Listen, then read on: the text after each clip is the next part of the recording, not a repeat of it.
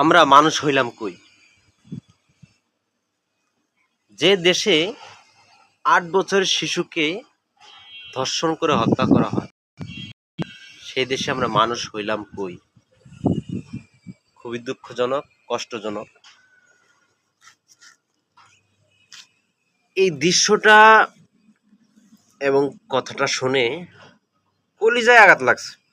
বিশ্বাস করেন, আমার রক্তের কিছু বা আত্মীয়-স্বজন কিছু না হোক, খুব কলিজায় লাগছে। তারপর বিশ্বাস করেন, এরকম ছোট্ট একটি মেয়েকে যে ধর্ষণ করলো, তার একটু বুক কাঁপলো না? তারপরও নিজের বোনের জামাই এবং বোনের জামাইয়ের বাপ, তারা দুজন মিলে এই কাজটা করেছেন, আমরা যেটুকু জানতে পারলাম। এই জন্যই বলতেছি, আমরা মানুষ হইলাম না কই?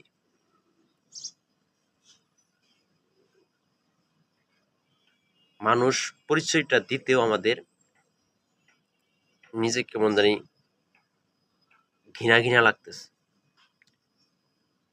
যেখানে ৮ বছরের শিশু সে ধর্ষণ হয়ে যায়। হ্যাঁ? খুবই দুঃখজনক,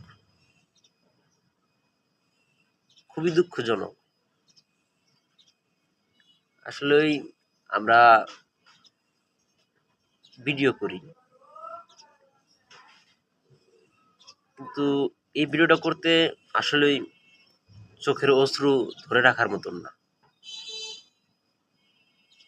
আমরা বিভিন্ন অভিনয় টভিনয় করি, ভিডিও ছাড়ি বা যেটাই করি না কেন, কিন্তু এই দৃশ্যটা আসলে অভিনয় কোনো না, একটু বাস্তব, রিয়েল ভাবে আসলে চোখের পানি ধরে রাখার কথা না।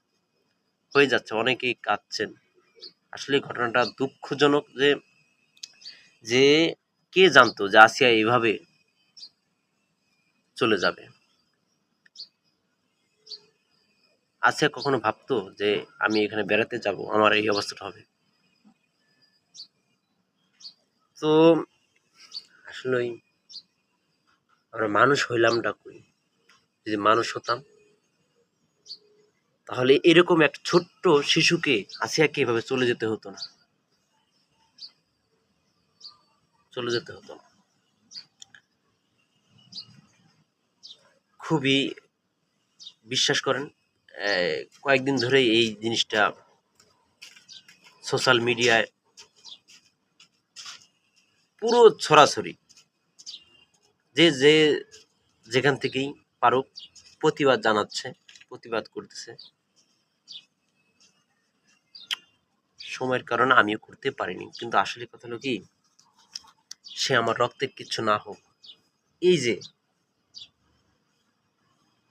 এরকম একটা ছোট্ট শিশুকে যে আসিয়াকে এভাবে ধর্ষণ করে পরবারে পাঠিয়ে দিলেন, হ্যাঁ? একটু বুক কাঁপলো না? আমরা মানুষ হইলাম না কই? হইলাম কই আমরা? আসলে ওই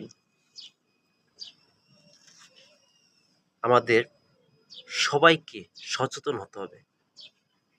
আর অপরাধী যেই হোক না কেন, আমি জানি না তাদের ফাঁসি দেওয়া হয়েছে কিনা বা আইনের আওতায় নেওয়া হয়েছে কিনা আপনি জানি না, কিন্তু তাদেরকে দুটা কাজ করা উচিত। যারা ধর্ষণকারী, তাদেরকে এক, হয়তো জনগণের সামনে ফাঁসি দেওয়া হোক, জনগণ সবাই থাকবে সেখানে। আর না হয় জনগণের হাতে তাদের তুলে দেওয়া হোক। ধর্ষণকারীর বিচার যেন এটা হয়। ছোট্ট একটা শিশু বাচ্চা, তাকে কিভাবে ধর্ষণ করলো? বিশ্বাস করেন, কলিজায় লেগে গেছে, কলিজায়। সে আমার রক্তের কিছু না হোক বা আত্মীয় কোনো কিছু আমার না হোক, যে যেখান থেকে পারি সবাই প্রতিবাদ করব আমরা। ধর্ষণের বিচার এই দুইটা হওয়া উচিত। আপনাদের মতামত আশা করছি। আর যদি পারেন ভিডিওটি শেয়ার করে দিন, আর না পারলে তো নাই। কলিজায় লাগছে, বিশ্বাস করেন, কলিজায় প্রচুর।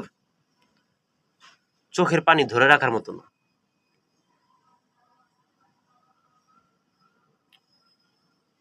তো সবাই ভালো থাকবেন। আল্লাহ হাফেজ।